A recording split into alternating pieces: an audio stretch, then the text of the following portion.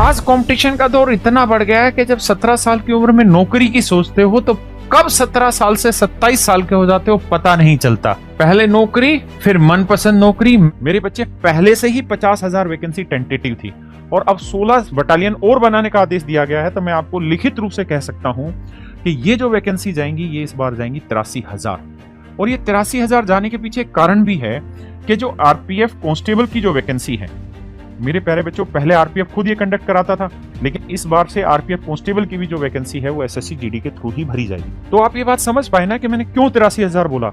जब आप नई बटालियन बनाएंगे तो उसके लिए नए स्टाफ की रिक्वायरमेंट होगी, और नए स्टाफ की रिक्वायरमेंट कहां से भरी जाएगी? एसएससी जीडी के थ्रू रिक्रूटमेंट होगी। आरपीएफ कांस्टेबल की रिक्रूटमेंट यहीं से होगी। तो मेरे बच्चे, मैं आपको यही कहना चाहता हूं कि इस बार ये मौका जबरदस्त है। देखिए, फॉर्म जो आपके आएंगे वो अक्टूबर 2025 में आएंगे। एग्जाम जो होगा जनवरी फरवरी 2026 में होगा। ये एसएससी की ऑफिशियल वेबसाइट है, यहां से जाके आपको फॉर्म भरना होगा जब निकलेगा तब। देखिए मेरे भाई, कौन कौन से डिपार्टमेंट में है मेरे बच्चे? बीएसएफ में है, सीआईएसएफ में है, सीआरपीएफ में है, एसएसबी में है, आईटीबीपी में है, असम राइफल में है, और सेक्रेटरीट सिक्योरिटी फोर्स। सबसे ज्यादा डिमांड मेरे बच्चे इसकी रहती है। और एनसीबी नारकोटिक्स कंट्रोल ब्यूरो में भी इसी से वैकेंसी आ रही है, आरपीएफ में आ रही है। तो कुल मिला के टोटल नंबर ऑफ वैकेंसी जो आएंगी वो 83,000 वैकेंसी आएंगी। बहुत बड़ा लोट मेरे प्यारे बच्चों वैकेंसी का देखने को मिलेगा। मेरे बच्चे, एलिजिबिलिटी क्या होनी चाहिए? भैया भारत का नागरिक होना चाहिए। क्वालिफिकेशन क्या होनी चाहिए मेरे बच्चे? मैट्रिकुलेशन या 10th क्लास पास होना चाहिए।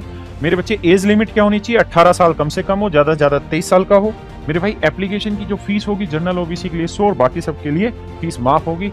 मेरे बच्चे, जो सिलेक्शन प्रोसेस होगा उसमें सबसे पहले होगा कंप्यूटर बेस्ड टेस्ट, उसके बाद होगा मेरे बच्चे फिजिकल स्टैंडर्ड टेस्ट, उसके बाद होगा फिजिकल एफिशिएंसी टेस्ट, फिर होगा मेडिकल एग्जामिनेशन, फिर डॉक्यूमेंट वेरिफिकेशन।